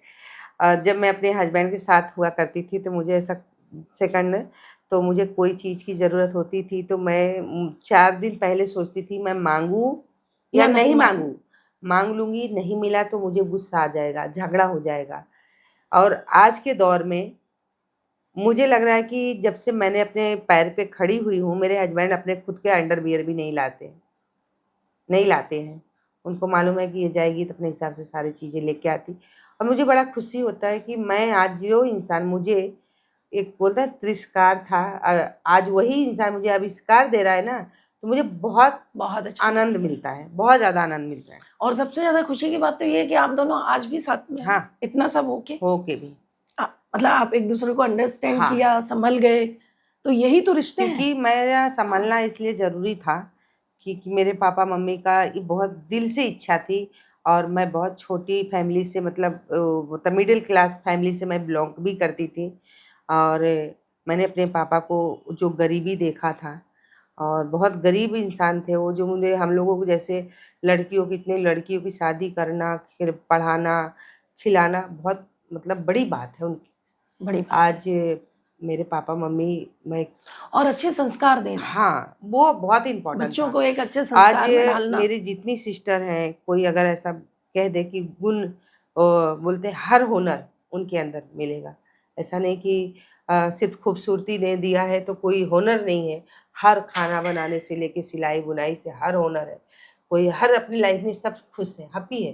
तो कहीं न कहीं मुझे इस रिश्ते को इसलिए बरकरार रखना था कि मेरे पापा-मम्मी का आशीर्वाद था। और मुझे एक खुशी और है कि शायद यहाँ मेरी शादी नहीं होती, मेरी किस्मत यहाँ नहीं ले आती मुझे इंडस्ट्री में, राइट। और ये इंसान मुझे नहीं मिलता था, तो मैं यहाँ नहीं पहुँचती। यहाँ तक मैं आज नहीं होती मैं, मुझे कोई नहीं जानता। आज मुझे लोग, करोड़ों लोग मुझे जानते हैं। मेरे लिए प्राउड फ़ील की बात है। और आप एक गर्व महसूस करती होंगी अपने आप बिल्कुल, में, क्योंकि एक स्ट्रॉन्ग पोजीशन पे हैं बिल्कुल, आप इस वक़्त। बिल्कुल, और आपके हस्बैंड खुश होते हैं ये बहुत, सब चीज़ों से? बिल्कुल। और आप मतलब अभी कोई तो मेरा रोक-टोक? कॉल टाइम का मुझे याद नहीं रहेगा, तो मुझे वो खुद ही याद दिलाते हैं, तुम्हें शूट पे जाना है ना? चलो ये एक अच्छी बात है हाँ। ये, मुझे ये बहुत अच्छी बात अच्छा है। लगता है। और मैं और कभी, बच्चों से प्यार करते हैं अभी भी? अब बच्चे तो अपनी-अपनी लाइफ़ में सब सेट हो गए, अब तो बच्चे अपने पैर पे खुद ही खड़े हो गए। अरे वाह! और वही बच्चे हैं आज, वही बच्चों को अब खुद, जब बच्चे इतने छलकाते हैं प्यार, तो उनको मजबूरन छलकाना ही पड़ेगा। हुँ, अब तो मैं उसमें बोल नहीं सकती ना, तुम बच्चों को प्यार नहीं दे रहे हो या कुछ नहीं, नहीं। हुँ। अच्छा, वही बेटा है, उसको दिल और जान से छिड़कते हैं। बेटे को दिल और जान से छिड़कते हैं, उनकी उसके बिना उनको नींद नहीं आती। अगर मैं कहीं लेके चली जाऊँगी तो उसको बोलेंगे छोड़ के जाओ। एक संपूर्ण फैमिली हाँ, कंप्लीट कंप्लीट हो गई है। हो गई। आगे अनु जी आप इसी इंडस्ट्री में काम करना चाहेंगी या फिर कुछ और सोचा है अभी आपने? मैंने इंडस्ट्री को छोड़ा तो नहीं है, लेकिन ऐसा सोच रही हूँ मैं, कुछ अलग बिज़नेस के बारे में सोचा है। और इंडस्ट्री अभी मुझे नहीं छोड़ना है, मुझे काम करना है, अच्छे बैकग्राउंड पे, लेवल पे काम करना है। और मैंने सीरीज़ किया था, उस टाइम पे मेरा थोड़ा-सा अनबैलेंस हुई थी मैं, और मुझे पैसे की बहुत ज़्यादा ज़रूरत थी। हालाँकि पैसे और तरीके से आ सकते थे, लेकिन मैंने एक्सेप्ट नहीं किया। और मैंने ये रास्ता चुना क्योंकि मेरे पास दोनों ऑप्शन आए थे। एक तो कॉम्प्रो का, और दूसरा एक ये सीरीज़ का। ये कंफर्ट वाली तो बात में कितनी सच्चाई है? क्या जब कोई आर्टिस्ट, न्यू कमर्स जब हमारे इंडस्ट्री में आते हैं, तो क्या डायरेक्टर, प्रोड्यूसर क्या उनको यूज़ करते हैं? बिल्कुल, अप्रोच बिल्कुल करते करते हैं? हैं, क्योंकि उनका एक ही थॉट होता है, मैं आपको काम दे रहा हूँ ना, मैं आपको काम दे रहा हूँ, आप मेरे लिए क्या करोगी? मेरे लिए भी तो कुछ चाहिए ना। तो 2 दिन का काम रहेगा तो उसको 10 दिन सेट पे अगर आउटडोर है तो ज़ाहिर-सी बात, उसको बिठाया क्यों है? मतलब जैसे ये जो आर्टिस्ट होती हैं, न्यू फेस आते हैं, तो क्या वो एक्स्ट्रा मनी के लिए ये करते हैं या एक्स्ट्रा उन मनी। लोग को खुश करने के लिए कि उन काम लोग मिले? काम मिलेगा। एक्स्ट्रा मनी अब उनका पर्सनल होगा, आई नो। बट मुझे लग रहा है कि उनको ऐसा लगता है कि मैं इम्प्रेस कर दूँगी, या उनके साथ मैं हुँ। ये सारी चीज़ें कर लूँगी तो मुझे और भी ज़्यादा काम मिलना स्टार्ट हो जाएगा, और करती भी हैं, और कर भी रही हैं। और कर भी आज तो, आज के डेट में तो इतना इतना क्रॉसिंग हो गया है कि आपका सीन, आया हुआ सीन को लोग कटवा देते हैं। अगर आपका शूट है, तो वो करने के लिए तैयार है, सब कुछ, आपका सीन आया हुआ कट जाएगा, सामने वाले तीसरे थर्ड पर्सन को मिल जाएगा। वजह ये कि आप उनके कहे अनुसार नहीं चल रहे हो इसलिए? नहीं, आपको कभी ऐसे कोई बोल्ड पिक्चरों के ऑफर आए हैं? नहीं, एकदम बहुत ज़्यादा बोल्ड? नहीं, बोल्ड पिक्चर को मुझे ऑफ़र नहीं है, और मैंने पहले से ही मना हुँ। किया। और मैं बोल्ड ये वाला जो उल्लू का मैंने नहीं किया। बाकी जो नए-नए ओटीटी आए थे, उस पे मैंने करीब 7-8 सीरीज़ किए, और अच्छे बजट में मैंने किया। जब भी मैंने, मुझे लगा कि अब मुझे ज़रूरत नहीं है, और बजट के हिसाब से उन लोग ने किया, और ज़्यादा कुछ ओपन दिखाने लगे, तो मैंने स्टॉप कर दी। तो उसके बाद भी बहुत सारे लोगों का फ़ोन आना, इंस्टाग्राम पे गंदे-गंदे मैसेज डालना, और आपका ये मैंने वीडियो देखा, बहुत मज़ा आया, ये फलाना-ढिमकाना, इतना सारा इरिटेशन होता है ना, वो चीज़ों को लेके ना मुझे आपने उस चीज़ का सामना किया। जी, और ये जो जैसे कि आप जैसे मैंने सुना है कि जैसे कि आपको भाभी का रोल मिला, ठीक है। आप उसमें मतलब एक लड़कों के मुँह से सुनते हो कि भाभियाँ भी आजकल बहुत अच्छी और सुपर्ब लगती हैं। हाँ। तो मतलब ऐसा कोई टैग लगा कभी कि मतलब आप बहुत ज़्यादा अपने भाभी के रोल में ही बहुत हॉट, बहुत अच्छे लग रहे थे और आप पे टैग लग गया, आपके मतलब व्यूअर्स आपको पसंद कर रहे थे कि वाह! क्या जी, भाभी है? जी। बहुत जो है मैंने जो किरदार निभाए थे उसमें बहुत ज़्यादा लोगों ने मुझे भाभी के कैरेक्टर में पसंद किया गया था और टैग भी लगा दिया कि ये वापस रिपीट करो इनको। और इतने सारे कॉल्स, फ़ोन आने लगे, मैसेज आने लगे कि आप वापस मूव करो, आ जाओ वापस इंडस्ट्री में, आप वापस ये काम फिर स्टार्ट करो। लेकिन मैंने सबको एक ही जवाब दिया कि अब मैं नहीं कर रही हूँ। आगे फ्यूचर की क्या प्लानिंग है आपकी? अभी फ्यूचर की जो मेरी लाइफ में मेरा सपना और मेरा जो एक हॉबी था, मेरा एक खुद का अपना घर हो, बस माता रानी की देन से मेरे अपने घर हो गए, बच्चे सारे अपने-अपने जगह पे सब सेट हो गए हैं। अब ये है कि कमाना है, अपनी लाइफ को सेट करना है और एन्जॉय करना है, और बच्चों को अच्छा फ्यूचर देना है, राइट? बस। और क्या सोचते हैं और दुनिया को किस नज़र से देखते हैं और दुनिया वालों को और न्यू कमर्स को क्या मैसेज देना चाहते हैं? मैं तो यही मैसेज दूँगी न्यूज़ कमर्स वाले को कि अपने पैरों पे खड़े रहें और अच्छा काम करें, ना कि टाइम पास करें। किसी को अगर कोई काम नहीं आता है वो इंडस्ट्री का एक्टिंग नहीं आ रहा है तो आप अच्छी जॉब भी कर सकते हो, अच्छी लाइफ़ लो। अगर किसी को अपने साथ फ्यूचर बनानी है, लाइफ़ पार्टनर बनाना है तो उसे वैसा चुनो जो आपकी पूरी लाइफ़ देखे, ना कि आपको शॉर्ट टाइम में आपको छोड़ के चला जाए और आपके ज़िंदगी से खिलवाड़ करे और आपको दर्द हो कि आप कम उम्र में कभी किसी और से प्यार ना कर पाओ। तो मैं सबको यही बोलूँगी कि रियल प्यार करो, दिल से करो, कोई अगर आपको अच्छी फ्यूचर देता है, तो उसके ऊपर डिपेंड हो जाओ, वरना अपने पैर पे हो जाओ। तो दोस्तों ये थी हमारे साथ आज की मेहमान अनु मौर्य जी। इन्होंने हमसे जो इतनी प्यारी-प्यारी बातें की और अपनी जर्नी हमारे साथ शेयर की, बहुत अच्छी उनकी जर्नी थी जिसमें बहुत सारे उतार-चढ़ाव थे। सारी चीज़ें उन्होंने बताई और बहुत कॉन्फिडेंस के साथ बताई दोस्तों। ये थी हमारे बीच आज की स्पेशल गेस्ट अनु मौर्य जी। इन्होंने बेबाक, बिंदास और बिना किसी से डरे आज हमारे बीच, हमारे स्टूडियो में अपनी लाइफ की जर्नी की बातें साझा की हैं। तो दोस्तों इसी तरह की चटपटी लाइफ जर्नी, उतार-चढ़ाव सब आपको हमारे नियोनेक्स वीआईपी टॉक शो पे मिलते रहेंगे। आप हमें लाइक करें, सब्सक्राइब करें, यूट्यूब चैनल को लाइक करें, सब्सक्राइब करें। आप भी बोल दीजिए।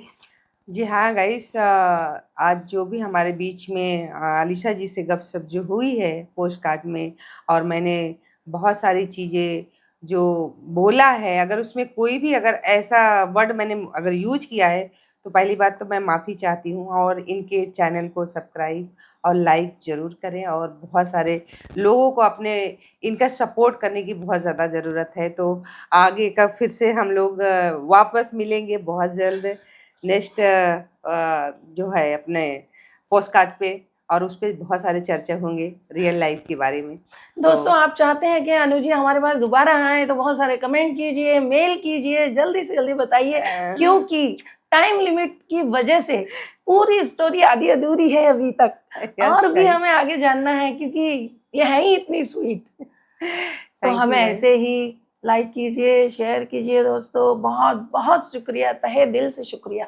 Thank you. बाय दोस्त, गाइस बाय बाय।